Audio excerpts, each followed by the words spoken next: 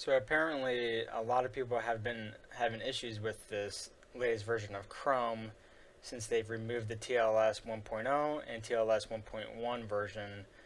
They don't support it. They've removed it out of their browser. There is a way to bypass this, but just to back up a little bit, if you are running an Exchange server, server 2008, 2011, 2012, and you're running an old version of TLS, I have another video that's linked in the description for you.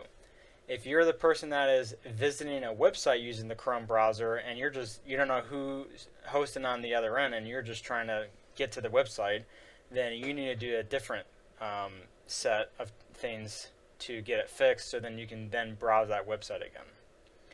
So to do that, you just open up a tab and you just copy this link that I have here in your URL and just hit enter.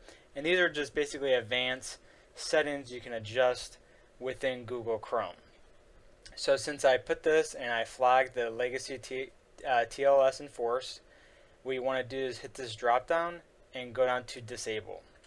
Once you disable this, it's going to not enforce that legacy of the TLS version. So then once you hit relaunch, like it's asking us to do here at the bottom, then you'll be able to browse that website using that old version of TLS encryption.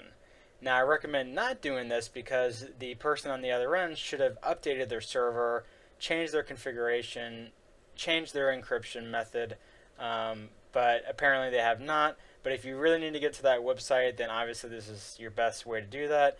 You can also try a different browser like Internet Explorer, Firefox, Opera, and maybe you're only getting that error message in Chrome, because I know maybe Firefox still supports it for now, but they might change that later down the road just like Chrome did. So this is a way to get around that.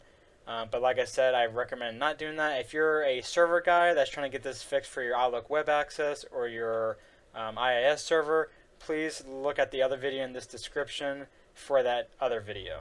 Hope this helps you guys. Thank you.